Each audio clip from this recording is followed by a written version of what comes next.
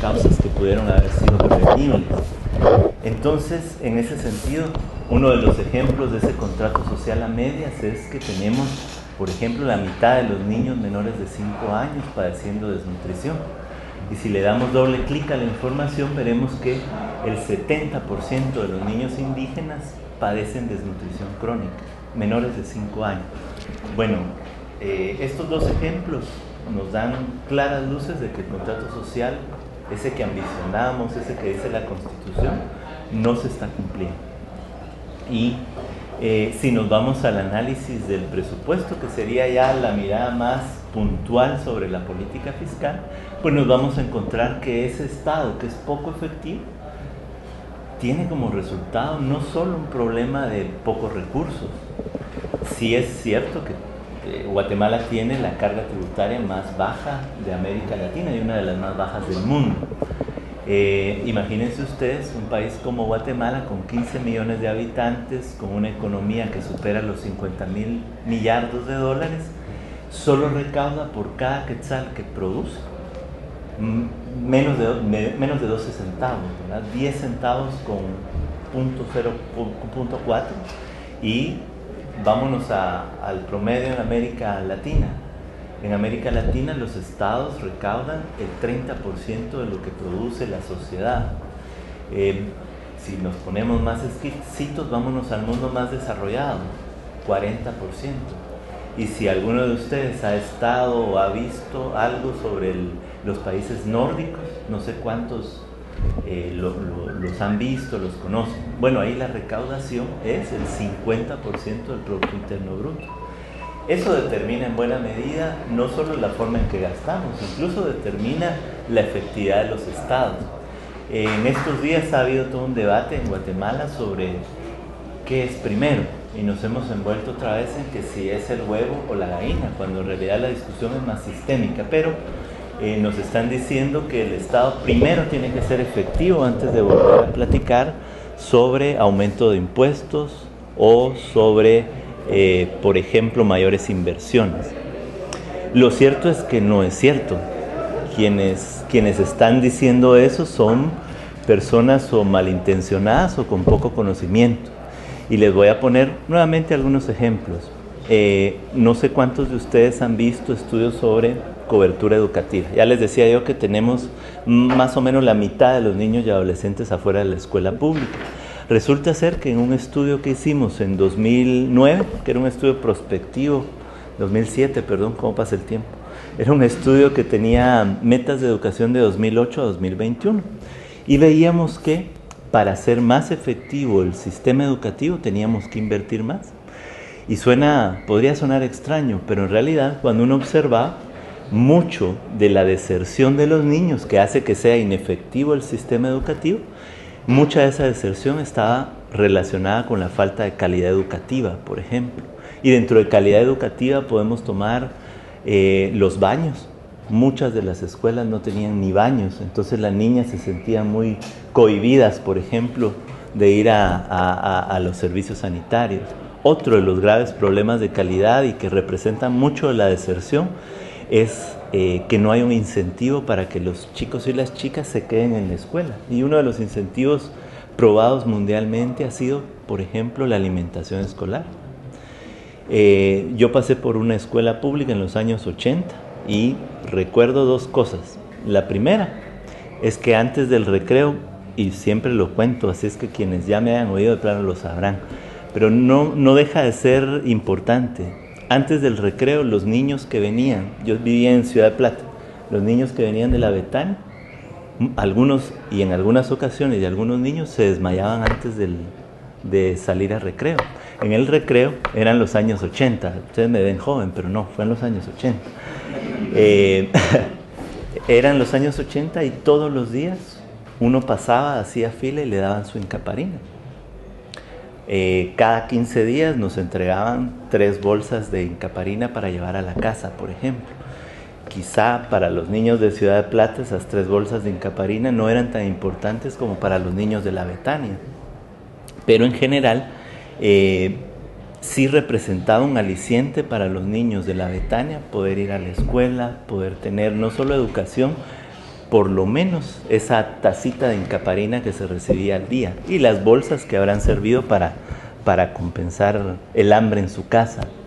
¿Qué pasa en el campo y qué pasa en los últimos años?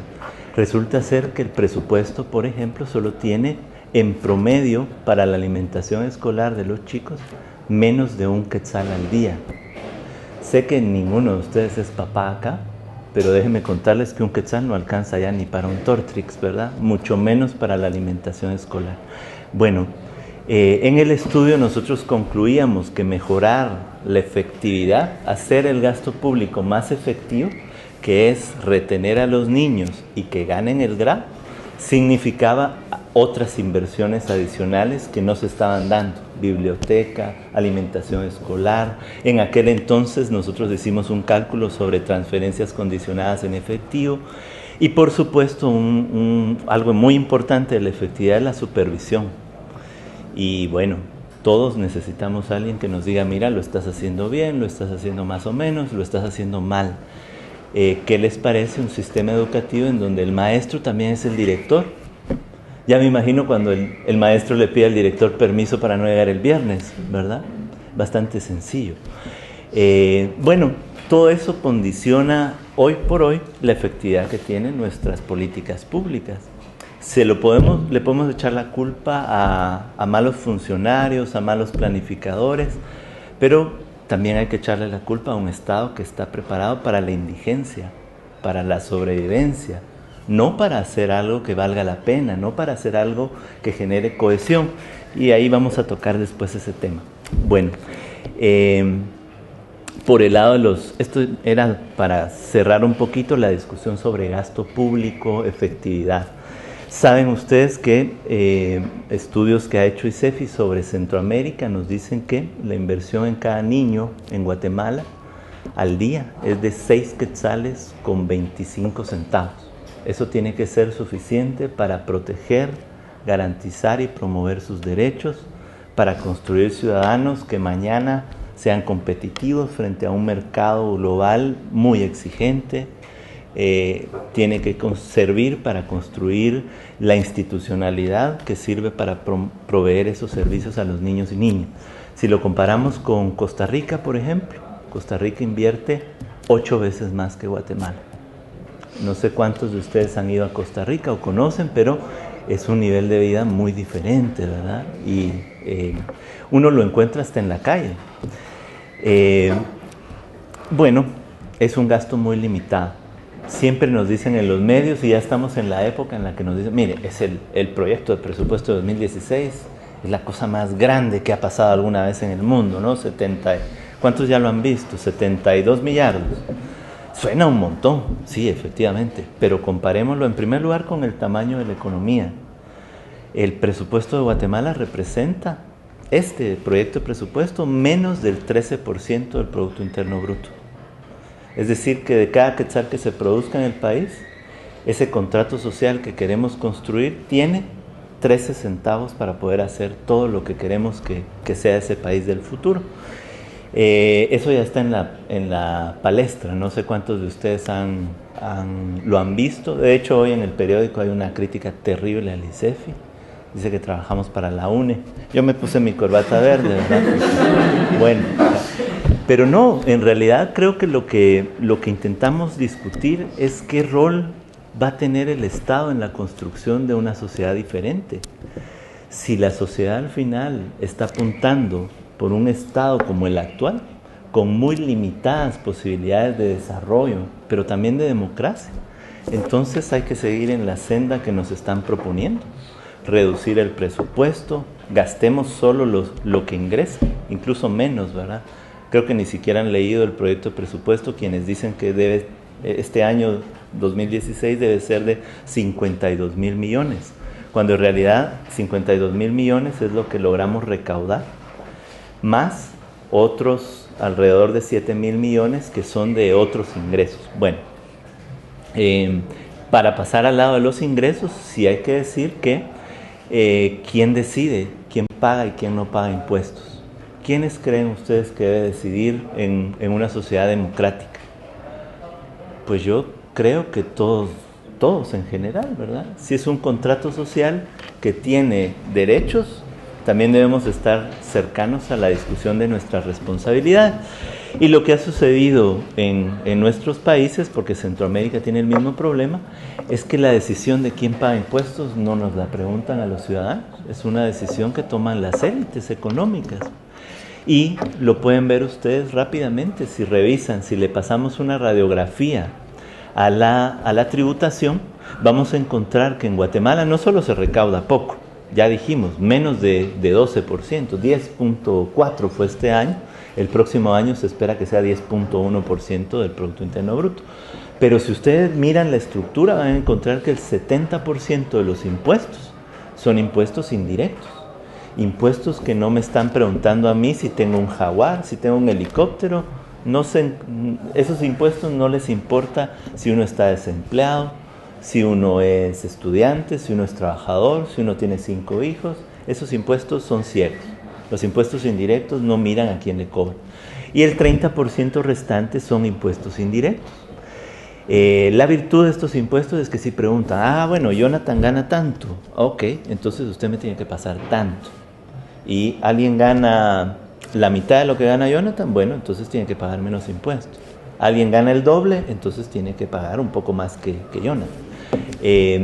Eso no es la discusión en nuestro país. Si ustedes lo han visto, en los últimos meses ha habido incluso una iniciativa para continuar dando privilegios fiscales y permitiendo que sectores económicos dejen de pagar impuestos en buena medida directos, también indirectos.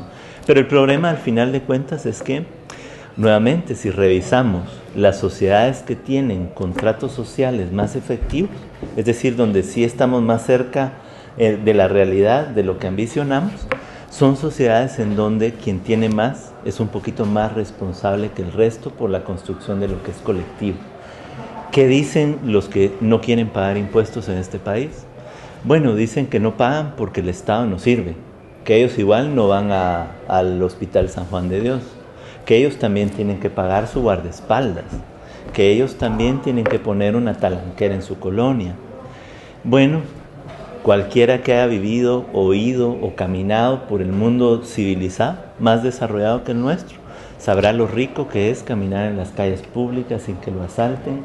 Si uno tiene un problema, me decía un amigo que vive en Bélgica, mira, el otro día por ir viendo una patoja, esto por favor si lo editan, no voy a decir el nombre, pero era pleno verano y por ir viendo, hay cosas guatemaltecas, ¿no? Se pegó en un poste alumbrado y se rompió la ceja, también, ¿verdad? Hay que ser ocurrente.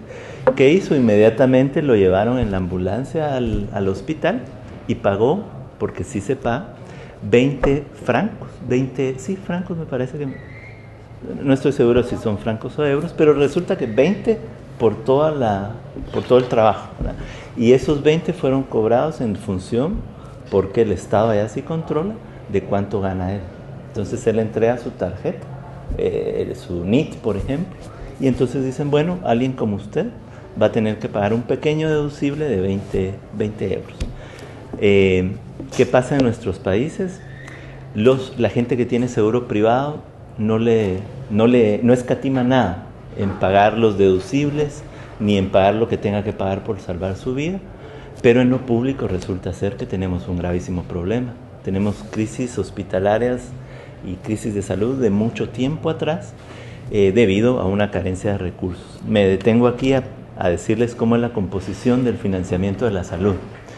En promedio el mundo destina 7% del PIB al sistema de salud público. Hay diferentes modelos de salud pública. Está el modelo canadiense, por ejemplo, una economía de mercado, pero con un sistema público de salud de cobertura universal. Está quizá el modelo cubano, pero en un modelo económico diferente al nuestro, con una cobertura también total. Después encontramos modelos mixtos, como el modelo estadounidense de salud, en donde hay seguros privados y el Estado también aporta. Resulta ser que en promedio en el mundo esos diferentes modelos de salud más o menos cuestan 7% del PIB. En Guatemala nosotros destinamos a la salud pública 1% del PIB. Y eso quiere decir pues finalmente un quetzal de cada 100 que se producen, ¿verdad?, va para esto. Sin embargo, cuando revisamos las inversiones privadas en salud, encontramos que hay un pequeño grupo de población en el país que sí puede pagar seguros privados y salud privada, que están invirtiendo 6 puntos del PIB en salud privada. ¿Qué quiere decir esto? Bueno, primero, que los poquitos que tienen mucho son bastante egoístas y codiciosos, no quieren compartirlo. ¿Qué quiere decir de esto? Que si cambiáramos la arquitectura de financiamiento, podríamos tener con eso mismo que hoy nos gastamos unos cuantos que tenemos seguro privado, podríamos cubrir a toda la sociedad. Volvemos al debate, ¿qué Estado queremos construir y cuál es nuestro contrato social? ¿Es un contrato social de sálvese quien pueda? ¿O es un contrato social en el que asumimos responsabilidades y tenemos también algunos derechos? Los ingresos nos dicen en buena medida qué tipo de Estado es el que se ha construido, ¿verdad? Un Estado en el que solo se puede construir la administración pública para lo básico. ¿Y qué va siendo cada vez más lo básico? Una seguridad que tiene que empujar la radiopatrulla para poder cumplir con sus funciones.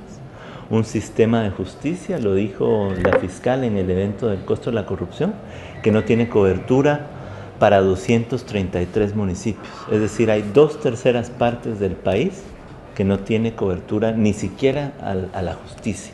Por cierto, hago un anuncio comercial. El 15 de octubre vamos a presentar con CICIG y con UNICEF un estudio sobre inversiones en justicia en Guatemala, 2014-2023, por si nos pueden acompañar.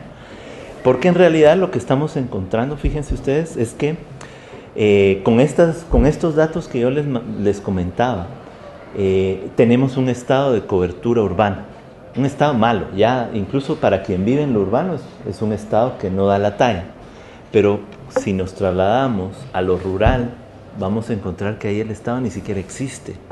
Y cuando ustedes, por ejemplo, intentan correlacionar los hechos delictivos, el crimen organizado y todos los gravísimos problemas que tenemos en Guatemala, van a ver que si lo correlacionan con presencia del Estado, hay una relación importantísima. Donde no hay Estado, alguien asume el poder que tendría que tener el Estado, el poder para la educación, pero también el poder para la seguridad y la justicia.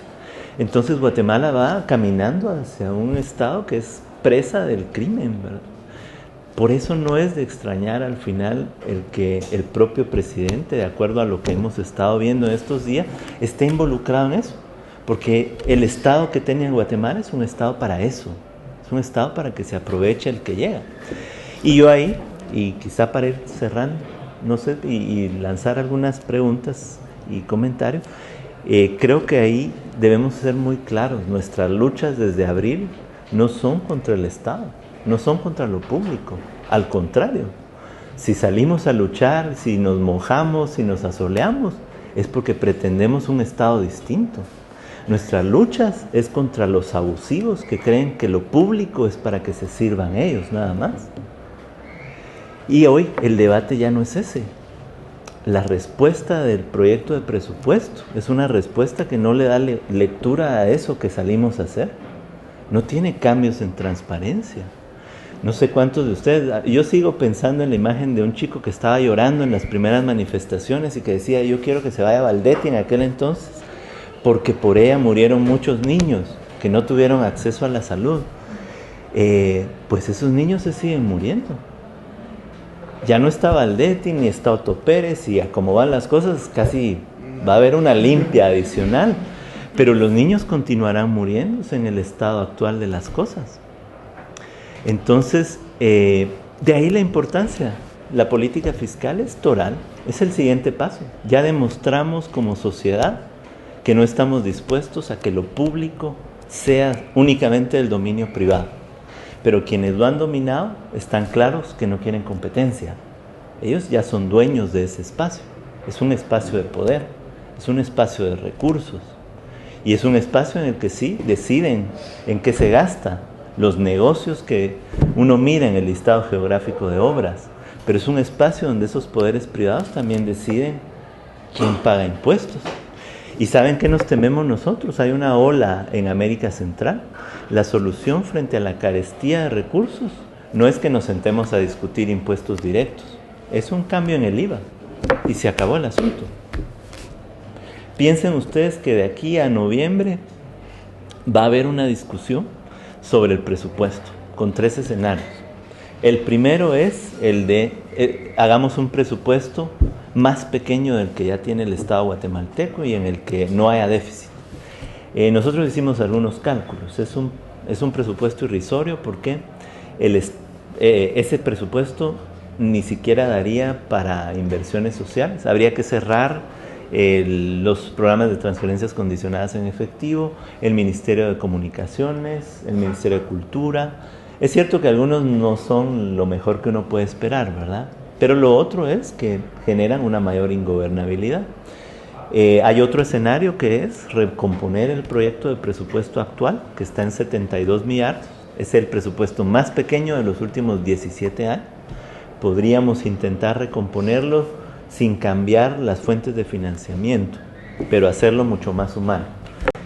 Hoy por hoy tiene caídas en las inversiones sociales. Imagínense ustedes, con estos datos que hablábamos, el próximo presupuesto tiene 237 millones de quetzales menos para el programa de lucha contra la desnutrición crónica. En un año de campaña electoral que los pobres niños tuvieron que sufrir de besos y abrazos de cuanto político se les pasó cerca. Bueno, en el presupuesto eso no se va a ver reflejado, ¿no? Es un presupuesto que tiene una reducción de 120 millones aproximadamente en salud, en un sistema de salud que tiene un rezago de 60 años. Y en el caso de educación, tiene caídas en la cobertura educativa de básicos y diversificado. Tiene menos recursos en algunas áreas, como puede ser la coordinación de lo que hace CESAN, la Secretaría de Seguridad Alimentaria y Nutricional. Bueno, y tiene algunos aumentos también, pero en general es un presupuesto que no le da lectura a nuestras luchas en la calle. Nosotros no salimos a pedir únicamente la renuncia. Yo creo que la sociedad salió a pedir un cambio en la visión de cómo nos estamos relacionando como ciudadanos, ¿verdad? Y bueno, y el tercer escenario, que es el que nosotros creo que apuntamos y el que nos está llamando la atención, por eso las columnas de opinión tan efusivas para hablar del instituto, bueno, algo bueno tenía que tener, son porque nosotros apuntamos al tercer escenario. Hoy se firmaron los Objetivos de Desarrollo Sostenible, ¿no? Ni siquiera alcanzamos los Objetivos de Desarrollo del Milenio. Tuvimos un año de mucha intensidad, muy vibrante en términos sociales. La respuesta no pueden ser estos 2 escenarios de presupuesto.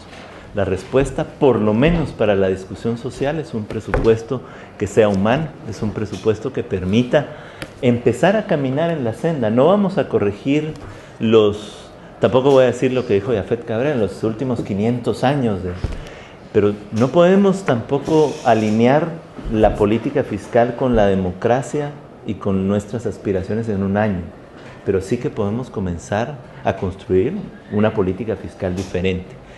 Y para cerrar, esa política fiscal no puede ser una decisión de élites, no puede ser una decisión de ministros, tampoco puede ser una decisión de centros de pensamiento, tiene que ser una decisión colectiva.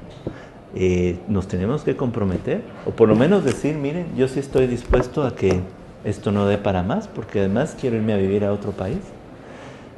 Pero la gran mayoría de nosotros que estamos aquí también porque somos nacionalistas y no por la selección, estamos aquí porque creemos que se puede hacer algo. Si no, de nada hubiera servido que saliéramos tantos sábados y que nos hubiéramos organizado y que ustedes, en particular los estudiantes, se hayan convertido en una voz legítima en una sociedad donde los actores ya no son legítimos.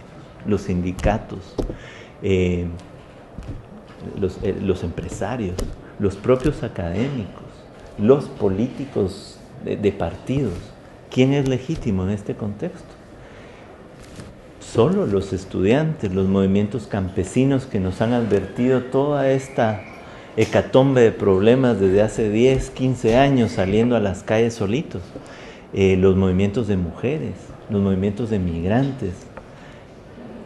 Ustedes junto a ellos son los actores con legitimidad para esto. Y yo lo decía hoy, se los voy a decir, bueno, está grabado, pero yo les decía, si en este contexto las luchas de los 10 años de ICEFI no sirven por lo menos para una discusión más ciudadana, no vale la pena ICEFI. O sea, si esta coyuntura no nos obliga a tomar una postura sobre el rol del Estado y lo que cuesta financiarlo, nada lo va a lograr. No sé, habría que pedirle a la CICIG que investigue a alguien por encima del presidente, pero ya no hay. O sea, si esto no nos avergüenza, si la putrefacción del Estado no nos avergüenza hoy, ya nada nos va a avergonzar. Entonces sería un tiempo perdido. Y cierro con eso porque ahora les tiro yo a ustedes la chibolita. Son ustedes los llamados a buscar nuevamente sus consensos que ya se han logrado y hacerlo con prontitud, pero también con suficiente conocimiento de lo que estamos enfrentando. Gracias. Y seguro se quedó un montón en el tintero, pero podemos ir platicando, si les parece.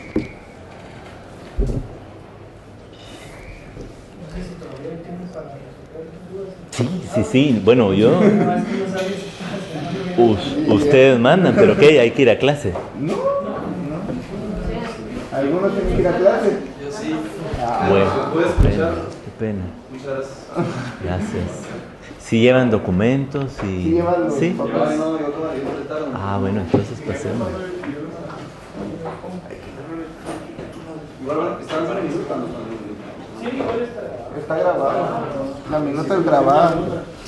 Oiga, pues sí son modernos, ¿eh? Para YouTube. Sí. Feliz tarde, hasta luego.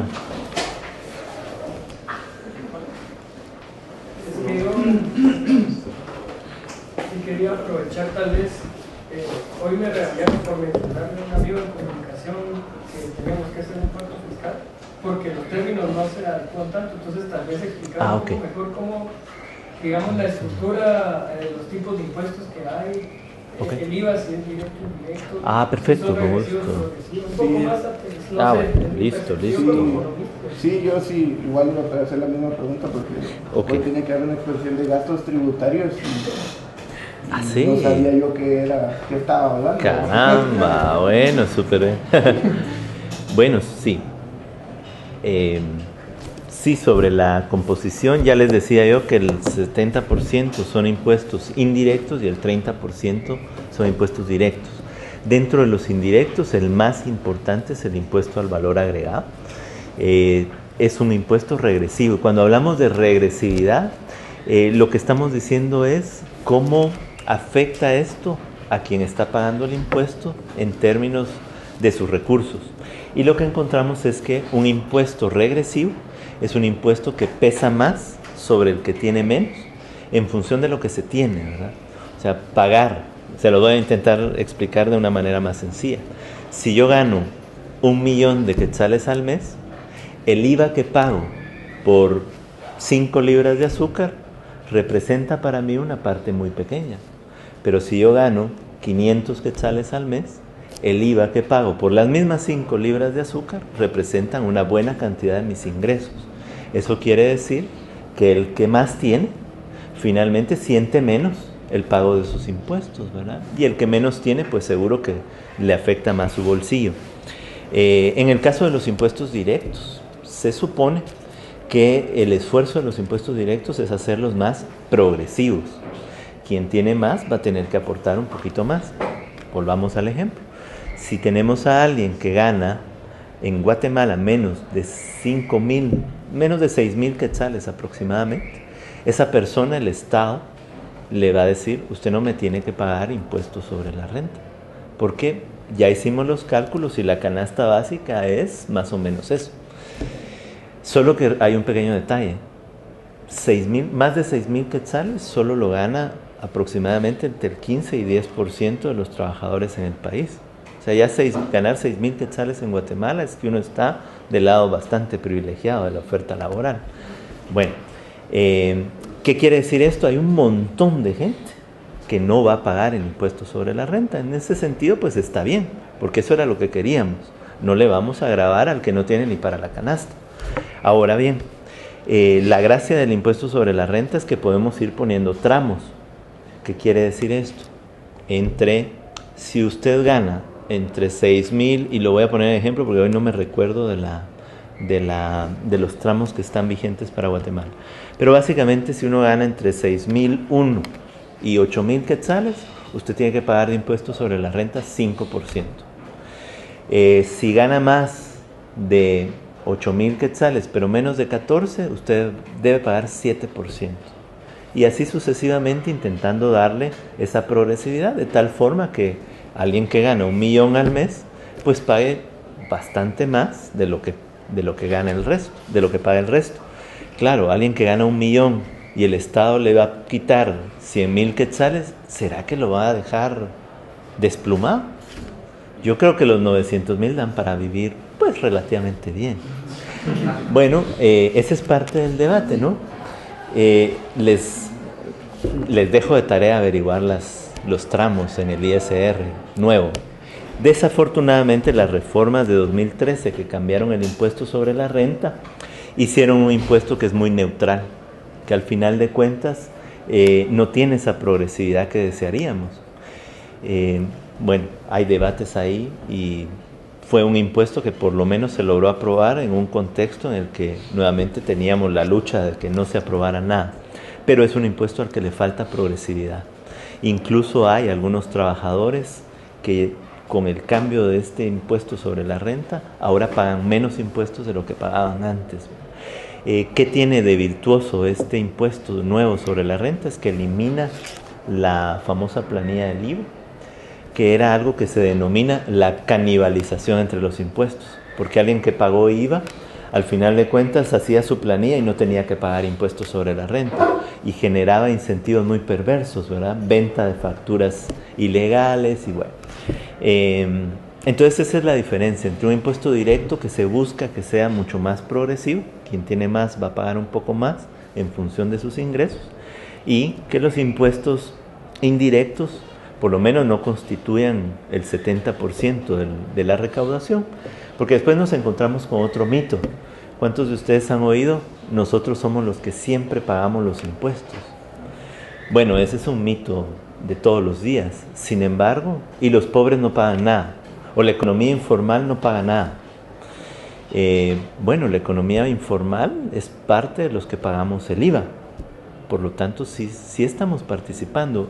En la hoja de ruta que presentamos, nosotros hacíamos ver que nuestro Estado está tan preparado para esas discusiones donde siempre salimos perdiendo como sociedad. Fíjense ustedes que la base de datos de la SAT dice que en el país hay 600,000 contribuyentes. Y uno dice, bueno, qué poquito, si yo pago, bueno, uno paga un montón de cosas. ¿Y qué sí? Resulta ser que todos los trabajadores en relación de dependencia desaparecen porque la SAT solo tiene el dato del contribuyente que hace la retención del impuesto sobre la renta. Miren qué bonitos. Los que tienen carro o han comprado gasolina esperarían que por lo menos algún agradecimiento del Estado, gracias por contribuir.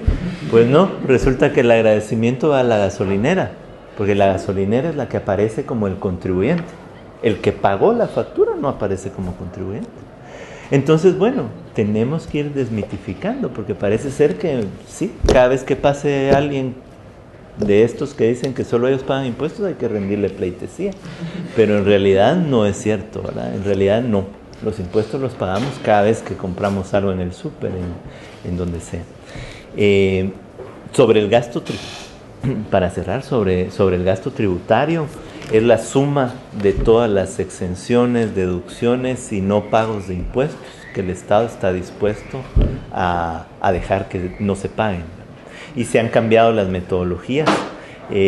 Hace algunos años se pensaba que era el 10% del Producto Interno Bruto el gasto tributario, o sea, ese bolsón de los impuestos que no se pagan. Se cambió la metodología, pero sigue siendo bastante. Entiendo que está en torno a 3.5, por ahí más o menos.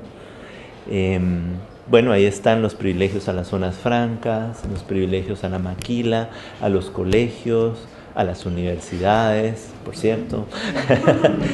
Pero es parte de eso que hay que discutir, ¿verdad? Y lo otro, perdón, solo para cerrar, ¿saben cuál es el otro problema del que no paga impuestos? Del que tiene esos privilegios, que además la SAT no lo supervisa. O sea, nosotros, no sé si han visto, tenemos una viñeta donde está aparentemente la SAT actual, intentando pescar en una pecera. La pecera está flotando en un río y en el río están unos grandes tiburones que se llaman evasión y elusión de impuestos.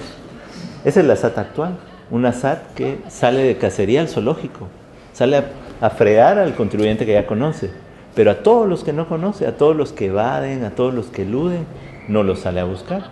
De tal forma que imagínense ustedes que si en Guatemala una persona no está inscrita a la SAT, es más fácil que le caiga un RAI a que le caiga la SAT. Con datos matemáticamente comprobables, ¿no? ¿Sí? Bueno, es parte del lío. Y creo que lo del pacto está muy bien. Yo no sé si le podemos volver a decir pacto o le llamamos de otra forma, pero lo cierto es que la política fiscal a la que aspiramos sí tiene que tener una discusión integral, que va por transparencia y lucha contra la corrupción, ¿verdad?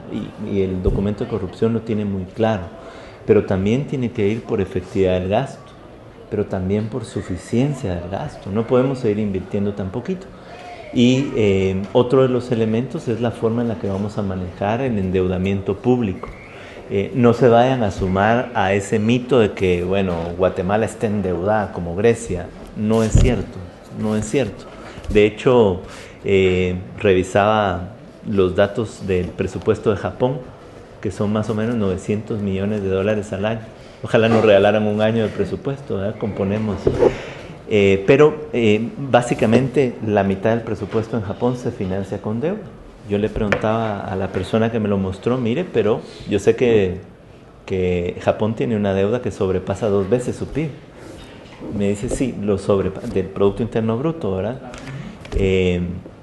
No, en realidad es 2.4 veces. Sí está complicado. Sí, pero igual con nuestros procesos de productividad y si algún día volvemos a crecer, vamos a pagar la deuda. No nos preocupa. Nos preocupa más romper el estado de bienestar, decirle a la gente, bueno, ya no hay educación o ya no hay salud. En el caso de Guatemala, la deuda representa el 25% del PIB, es decir, una cuarta parte de lo que producimos en un año. El problema con la deuda es que cuando lo comparamos con los impuestos, es que tenemos un problema. Porque en realidad la deuda ya casi representa 2 veces y media el pago el tamaño de lo que logramos recaudar. Volvemos al tema. El tema no es que satanicemos la deuda, sino que no podemos seguir manteniendo un país con recursos tan limitados. Hagan el cálculo en su casa, los que trabajen, los que ayuden a sus papás, van a ver que van creciendo las necesidades y por lo tanto uno tiene que ir buscando otro empleo y nuestro Estado no ha podido hacer ningún cambio en esa materia.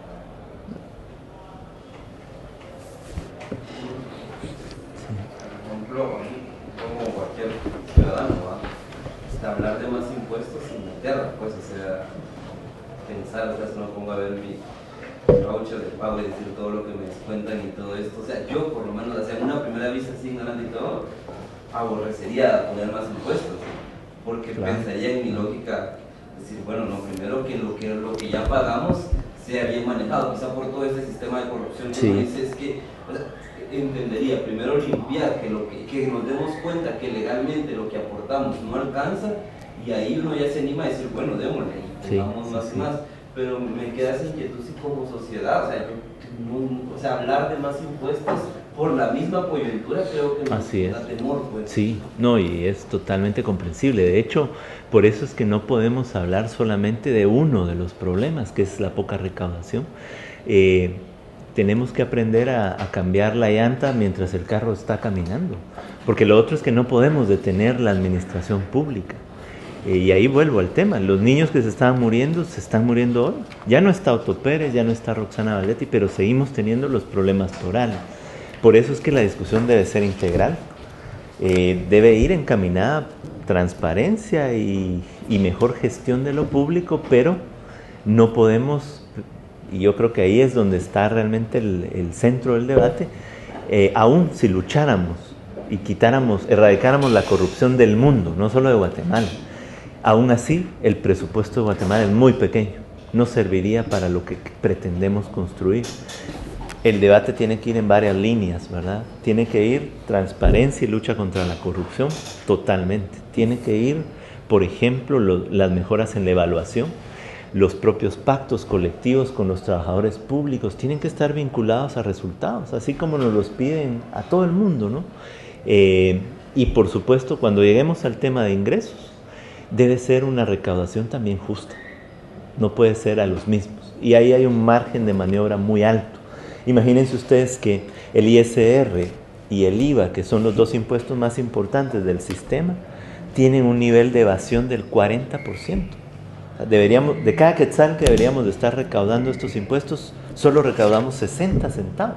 Hay 40 que se quedaron en el camino. ¿En qué bolsillos? Privados y públicos. Muchos privados. La evasión se da del ámbito privado y también es corrupción.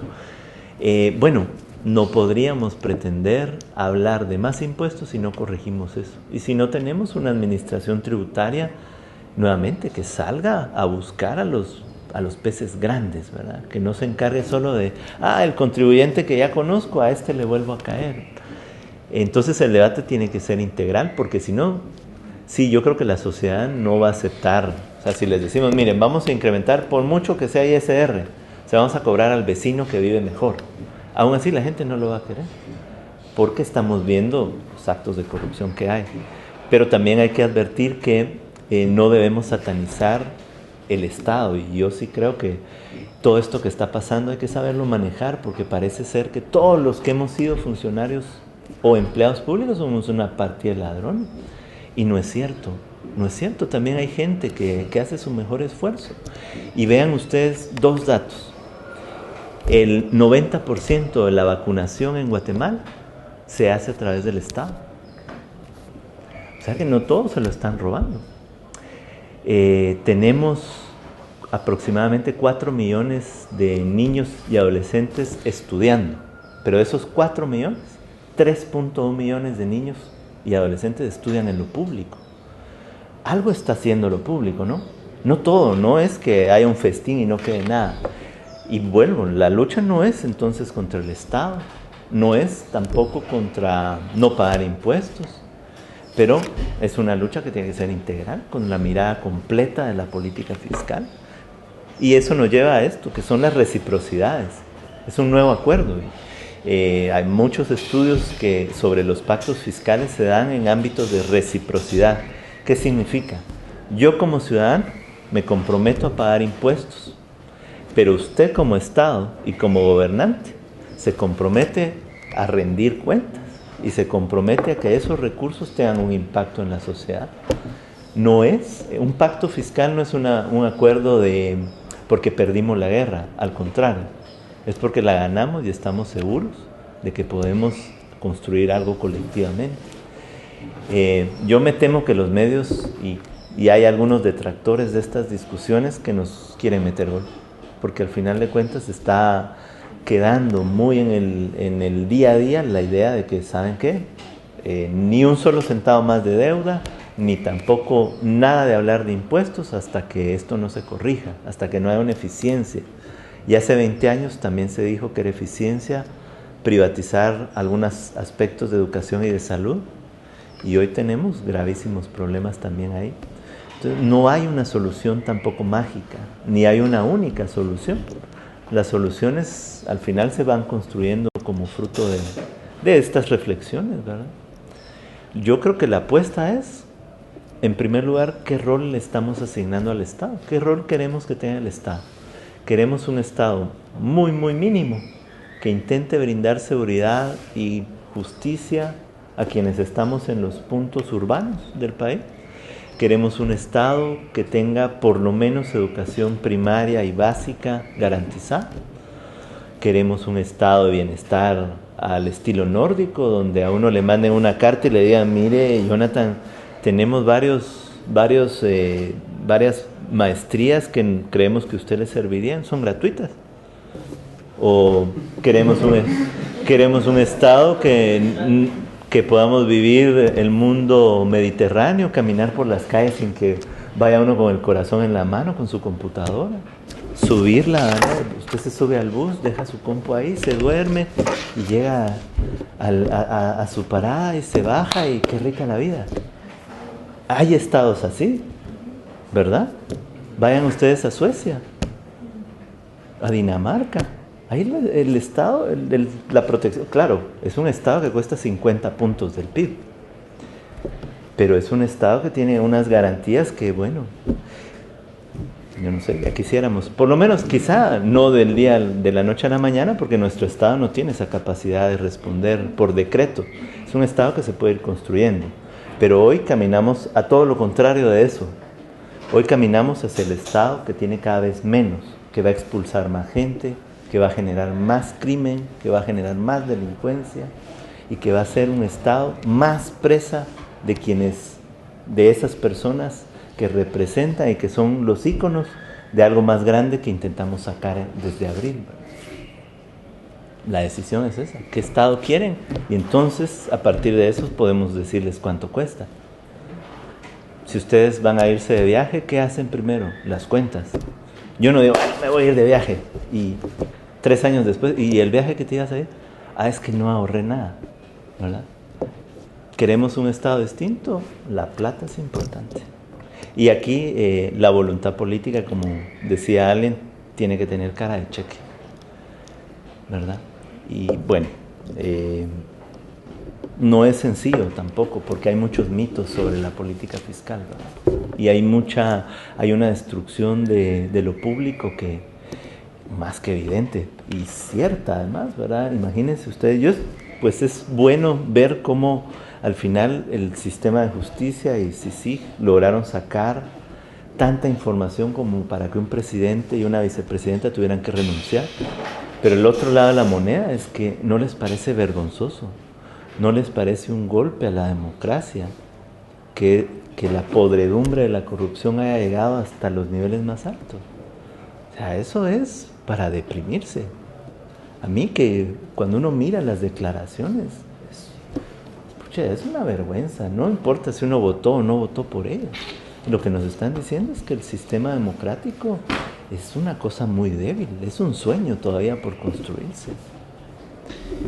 Y no es un tema de técnicos tampoco, no es un tema de, ¿saben qué? Entonces mandemos a las personas mejor preparadas. Es un tema ya de sociedad. Nos van a volver a meter gol, no importa quién qué, ¿verdad? Al final el sistema está hecho para el deterioro de lo público y del Estado. Aquí están, todos son de la Landívar. ¿No? SU. Sí, usted estuvo en también. Qué bueno. Y del Valle. ¿Tú de dónde? Landívar. Qué bueno. Sí. Más o menos, ¿cuál es el gasto público en el aspecto ambiental? Esa es una buena pregunta. Creo que Michelle puede contestar. Lo estamos midiendo. De hecho, estamos midiendo. No, a nivel ambiental todavía no. No, lo estamos midiendo. Este año. Sí. A nivel muy, muy general, sí hay un rubro de protección ambiental muy limitado y que básicamente tiene los datos de los entes rectores, porque creo que tenemos un sistema muy de únicamente darle recursos a regulación, que es el Ministerio de Ambiente, Recursos Naturales y alguno que otro programa. De hecho, dentro de protección ambiental, por ejemplo, está el pago a los expac, ¿verdad? Por el programa de sembrar arbolitos. Por eso es que hay que corregir todo. Tenemos algunas aberraciones por ahí. Tengo una pregunta. De acuerdo al gasto tributario, todas las exenciones son como de 54 millardos. Digamos, por ahí estaba. Sí, pero corrigieron la metodología para hacerla y quitaron algunos elementos. Entonces lo botaron. Es decir, el cálculo cae con la nueva metodología.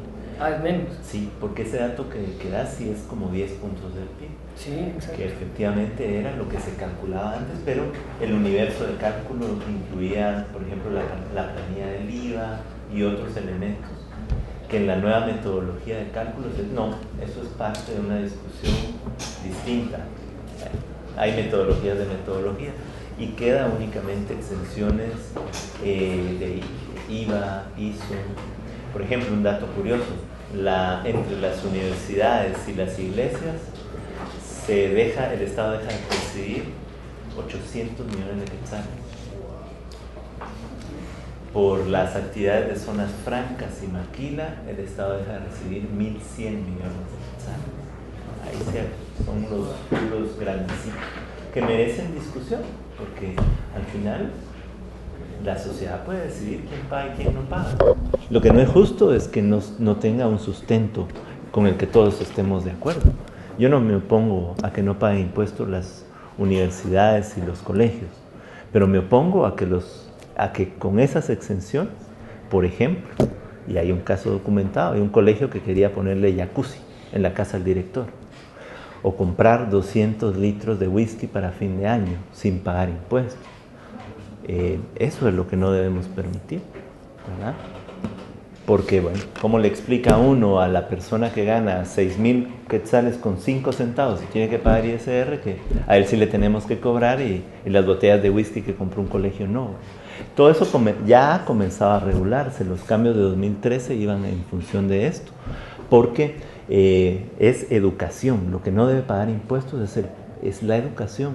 Y los colegios tenían ya negocios de uniformes, tenis, viajes, buses, todo eso se tuvo que regular. Entonces, poquito a poco, ¿verdad? Pero el gasto tributario sigue siendo muy alto todavía. Muy alto y muy opaco. Mire, yo tengo una duda, a mí no me queda... No soy muy bueno con eso de las finanzas, por eso a mí me da siempre miedo los préstamos, por cuestión de deuda. O sea, ¿qué tan viable es para un país como Guatemala que pida préstamos, muchas magnitudes tan grandes que vemos que lo hacen en el Congreso? Bueno, pues lo ideal sería que uno viviera como en Noruega. Saben que Noruega explota petróleo desde lo público y en los años de la crisis económica entre 2008 y 2009 tenía superávit de 10 puntos del PIB. O sea, lo que nosotros recaudamos raspando la olla, a ellos ya les quedaba después de gastar. Entonces, incluso con los 10 puntos que iban teniendo de superávit, es decir, gastaban menos de lo que les ingresaba, todo eso lo fueron ahorrando. Tienen un fondo soberano que los noruegos van a vivir, se acaba el mundo y tienen dinero todavía. En nuestro caso ha sido lo contrario, efectivamente, y lo que ha sucedido es que el Estado ha ido creciendo de tal forma que crece más el gasto que los ingresos. Ha sido un crecimiento, digamos, muy poco sano, porque de cada quetzal de ingresos corrientes que llegan al presupuesto, el Estado tiene compromisos de gasto por un quetzal con 7 centavos. ¿Y qué compromisos de gasto son esos? Primero, lo que usted decía, dentro de esos compromisos de gasto está el pago de la deuda, está el pago de salarios, están los compromisos constitucionales, están los compromisos legales. Entonces, siempre cuando se arma el presupuesto, resulta ser que ya hay un poquito que vamos a tener que endeudarnos para poder hacerle frente. Sí, el Estado se ha estado endeudando a razón de 1% del PIB anual, pero también va pagando la deuda, porque en realidad estamos, no sé si conocen ustedes a alguien que tenga una tarjeta de crédito que se queda pagando el mínimo. Entonces solo paga intereses y medio va pagando la deuda y se vuelve a endeudar para hacerle frente a ese pago. De tal forma que el tamaño de la deuda no ha crecido. Lo que hemos aprendido es a jugar con cómo intentar endeudarnos y sacar provecho. Pero si el temor es el endeudamiento, la discusión es cómo equilibramos los ingresos para que crezcan tanto como está creciendo el gasto. Tuvimos un colega danés en 2008 en el ICEFI y nos mostró unos datos y nos dijo, miren, para que vean, porque hizo una comparación, es un estudio que está en la página del ICEFI, y nos dijo, les quiero mostrar este dato, imagínense, en 2025 la carga tributaria de Dinamarca va a ser 55% del PIB, de acuerdo a nuestros cálculos. Lo habían hecho 15 años antes de que eso sucediera y ya tenían incluso tenían las razones, ¿verdad? Nosotros tenemos un sistema de seguridad social que no se financian con cuotas de seguridad social, sino con ISR. Entonces hay un crecimiento del gasto en la medida en la que se envejece la población, que tiene que ser compensado con impuestos. Tenemos que hacer cuentas y ver a largo plazo para saber qué tanto podemos subir los ingresos del Estado y también qué tanto podemos usar la deuda. No podemos satanizar la deuda porque puede servir, por ejemplo, en proyectos que tienen un carácter intergeneracional. La Universidad de San Carlos se construyó con un préstamo en los años 60, pero ¿cuántas generaciones han pasado por ahí? Entonces vale la pena, ¿verdad? Más que... Pero no podemos endeudarnos para pagarle los salarios a los maestros, porque eso es algo que se va a consumir. Todos, en cuanto se publicó, lo leímos. Casi que una agenda legislativa nada más. Bueno, y plagiado. Párrafo 1, la introducción del libro de un economista. Sí, perdón, pero para mí eso sí está. Bueno, y otro de los... Ay, bueno, sigue grabando. No, otro de los... No, eso es mentira. Otro de lo que traía eso, es que como era tan plagiado, parecía el plan de gobierno para Ban Ki-moon, porque decía erradicar de la faz de la tierra tal enfermedad. Así como con 10 puntos del PIB de Guate erradicamos. Bueno, eso es efectividad. Y entonces, pues, uno que es investigador toma el párrafo, va a Google y paz. Columna de opinión de Bill y Melinda Gates, que tienen un programa mundial, ¿verdad? En ellos sí estaba bien. Así unas cosas espantosas. Esos son los políticos que hay ahora. No es que los que quedan sean del todo buenos, pero sí estamos en la oportunidad de pedirles que forzarlos, empujarlos un poquito, ¿no? Por lo menos para que se comprometan a algo que podamos ir midiendo en el tiempo. Porque hoy por hoy ninguno tiene metas. No sé si oyeron un programa de radio sobre los planes en salud y al final concluía, no cito literalmente, pero concluía Luis Felipe Valenzuela, porque eran los coordinadores de salud de ambos partidos. Y les dice, bueno, yo concluyo que ustedes saben del tema, pero por otro lado, que no saben qué van a hacer cuando lleguen. Entonces, bueno, ¿cuál es el plan? ¿Cuál es el plan que tienen ellos? Yo tengo una pregunta un poquito puntual respecto a montos de dinero. No sé si habrá un ministerio o alguna organización que tiene un presupuesto demasiado exagerado para lo que se estima que va a gastar. Para lo que se estima que va a gastar. Que se supone que debería gastar. Te diría que, bueno, el del ejército tiene una rigidez, es un compromiso legal. Al ejército hay que asignarle el 0.3% del PIB. Imagínense, volvamos al contrato social, ¿verdad? ¿Qué cosas privilegiamos? Y yo creo que eso, los fideicomisos en nuestro país son un espacio muy opaco, que no queda muy claro hacia dónde van los recursos. El programa de fertilizantes, aquí en la Landívar se hizo el estudio, se recuerdan, ¿verdad? Es negativo el impacto sobre los beneficiarios. O sea, le dimos el fertilizante y produjo menos, y aún así se lo damos, ¿verdad? Y es porque es un programa muy clientelar que nos cuesta 350 millones de quetzales al año, pero que es además uno de los pocos acercamientos del Estado al ámbito rural, y mal hecho. No, sí, hay que cambiar muchas cosas, ¿verdad? Pero somos jóvenes, así es que hay tiempo. Lo que pasa es que hay que darle marcha. ¿Y cuál es la hoja de ruta que tiene ICF? ¿De cuál? Digamos, el presupuesto. O sea, de sus acciones que vayan a hacer, porque ahorita entraron a... ¿Cómo se llama? Del Congreso, pero que no sé. Bueno, aprovecho a decir que todavía no hemos entrado. Aceptamos, aceptamos, pero con condiciones. Pero con condiciones. Que por cierto sí se están cumpliendo. Sí, nunca lo imaginamos tanto. Bueno, la propuesta que si se llegara, aun cuando no participáramos en esa mesa, porque nosotros las condiciones son muy claras, no tienen que haber diputados en esa comisión que tengan un antejuicio. Y hoy ya salieron 2, pero todavía quedan 2 o 3. Nosotros de todos modos estamos haciendo la propuesta alternativa con estos 3 escenarios, los que yo les comentaba, sobre el presupuesto, ¿verdad? Porque aparte es la hoja de ruta de la SAT. Y esos 3 escenarios son cómo pasamos a términos técnicos y racionales la idea de disminuir el presupuesto a 59 millardos, cómo redistribuimos el proyecto de presupuesto actual, que tiene 72 millardos, y cómo lo hacemos un poquito más humano y con menos espacios de corrupción.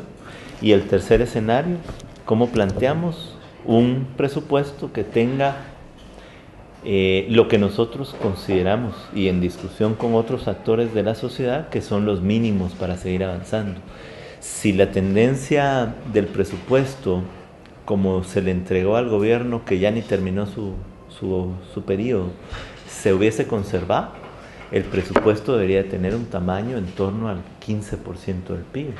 Tampoco es que estemos hablando de un gran cambio, pero en materia de política pública, quitarle 2 puntos al Estado es duro, ¿verdad? Es un montón de recursos. Entonces esos serían los 3 escenarios. El escenario 2 y 3 son los que tenemos que sentarnos a discutir con organizaciones, diferentes organizaciones. Está el propio sistema de Naciones Unidas, lo invitaron a esa mesa también, ¿verdad? Que creo que es un aliado porque, reitero, hoy firmamos los ODS, ¿verdad? Y entonces ese sería el plan. El plan es tener una propuesta además integral, no hablar únicamente de incremento de impuestos. Hay que hablar de la mejora de la administración tributaria, que es el evento del 12 de octubre, que por cierto ya confirmaron los 2 partidos políticos. Y CEU también ya. Sí, CEU ya confirmó. Y bueno, o sea, por ahí nos vamos a ir. Queremos tener un documento no para tener un nuevo mito, sino para que nos digan, bueno, en esto estamos de acuerdo, en esto no. Pues eso así es como se hacen las sociedades, no sin debate, ¿verdad? Y en el caso de la hoja de ruta, pues también comentarles que estamos trabajando. Ya los 2 partidos confirmaron. Van a enviar a sus equipos técnicos, no van a ir los candidatos. Creo que es bueno, porque los candidatos, este es un tema muy, muy específico, ¿verdad? Y no se trata que nos lleguen a dar discursos, sino que nos lleguen en concreto. Y seguimos para el 12 de octubre. Lo que nos tocaría es buscar algún espacio diferente a los hoteles, creo yo, que podría ser valioso. Y alguna universidad se había discutido. Empezar a integrar. Sí. Creo que había algún... Si vienen solo los técnicos, porque eso fue lo que nos confirmaron, que serían los cuadros técnicos los que Los candidatos no deberían entrar. se puede perder algo, ¿no? No sabemos si se puede perder algo. ¿O por qué la restricción? No, porque no tienen... No, tienen razón. Está bien, tienes razón. Los simpatizantes. Que se vuelva... O que vaya a haber fraude. Pero si son los técnicos, sí pueden. Sí. Si hubiesen problemas, digamos, la primera propuesta es que sea aquí, y si hubiesen problemas, tal vez en la Sí, podría ser. Sí. Yo pensaría que tal vez sea más inteligente intentar directamente en la del Valle, porque de una vez. sí, cualquier cosa. Ajá. No, más bien solo la pregunta sobre accesibilidad y parqueos, espacios. Sí, podría. Y capacidad. Capacidad del auditorio. El auditorio tal vez de Sí, eso es un poco más grande. El americano. El de los otros tiene 350. 350. Sí, nosotros también como unos 200 personas. 200. Tal vez probamos como primera opción. Pero prueben ustedes, y si ustedes tienen Vamos grabados en como paralelo. hablamos ayer, Pues, es más fácil decirles que ya no que decirles lo necesitamos, ¿no? Ajá. Cabal. Sí, mejor. Vale. Bueno, ¿A qué hora? yo creo que en la mañana no... No sé. Habría que... ¿Cómo lo ven ustedes? La cuestión de la mañana yo lo vería problema por el parqueo acá. En la zona, en la de... En la mañana, pero la del Valle, sí. Ah, porque vamos a probar primero acá. Pero es el 12 de octubre, ¿no? El lunes.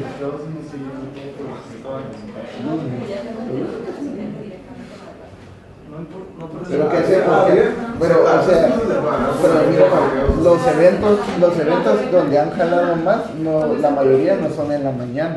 Es en la tarde. Es en la tarde. Es en la tarde noche, porque es más fácil que un estudiante que no trabaje pueda movilizarse. A que alguien que trabaje se salga a su trabajo a venir al. Sí, puede. ¿No? Bueno, súper bien. Nos apoyan con algunos catedráticos para cambiar a la gente. ¿Para qué? Para que participen. Porque yo fijo, si es como a las 5:30 por ahí. Pongámosle 6. Hay clases, o sea, yo tengo que ir ahorita. Pero tal vez si hablamos con ellos, ya que ustedes han tenido bastante, vamos, asesonado, bastante y todo, pues a veces se puede. Sí. Bueno, yo creo que sí vale la pena.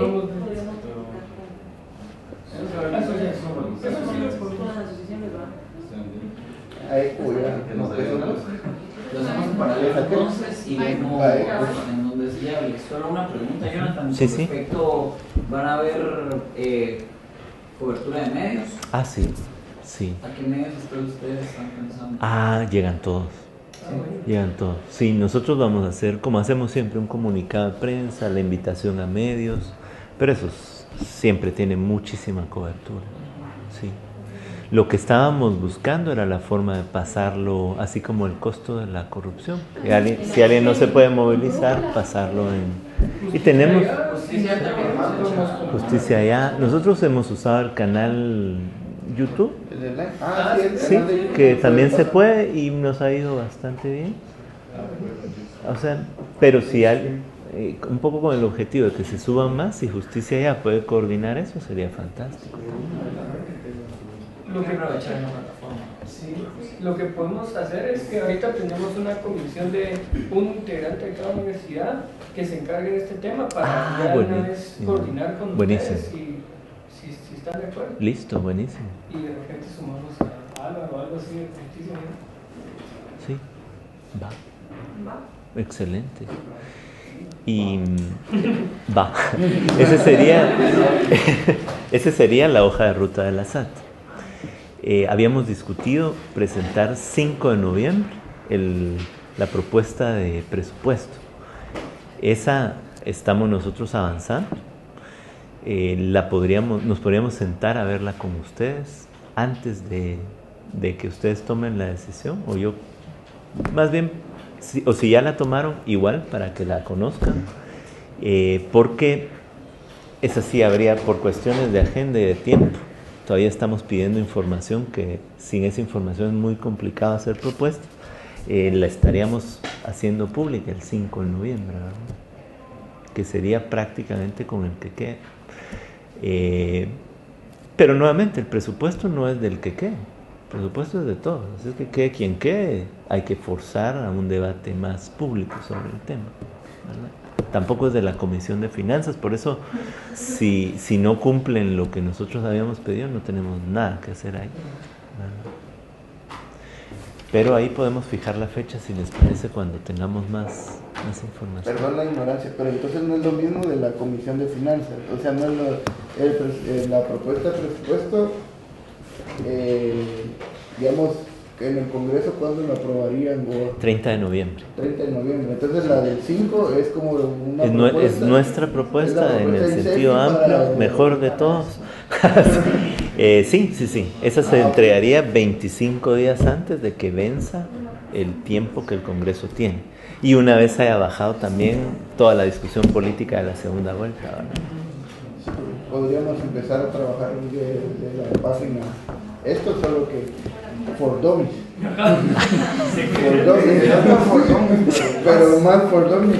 Que como que viñetas. Nosotros sí, es que digamos lo que hicimos con los diputados fue poner información bien puntual y bien así nivel bajo para que todos la pudiéramos comprender. Ya.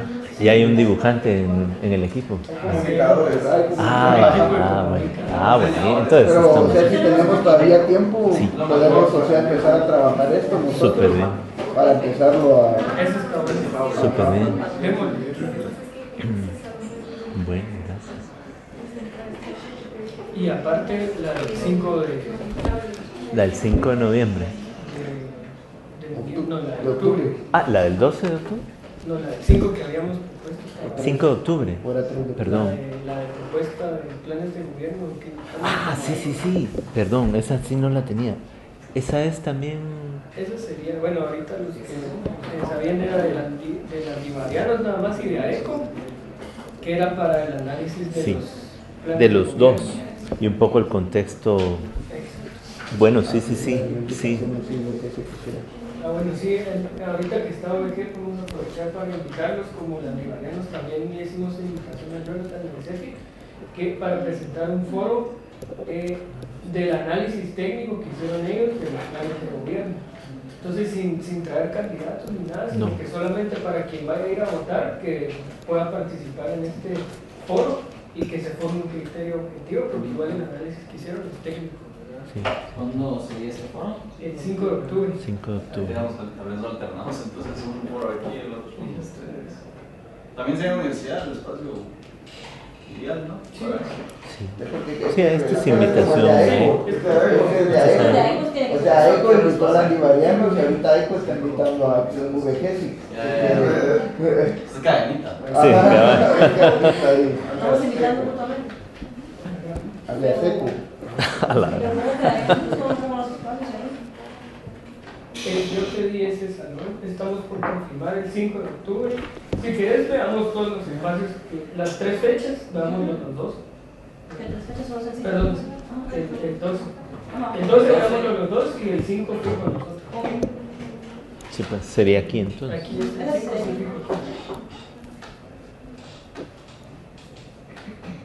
Listo.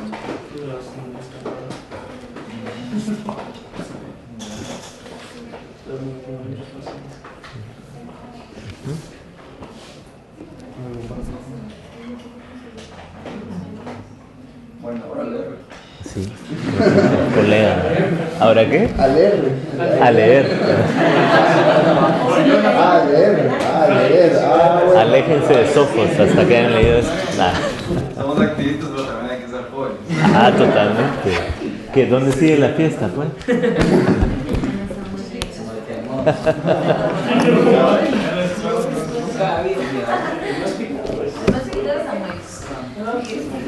Ah, sí. Eso se economiza si no la hacen. Ah. Nos está perdiendo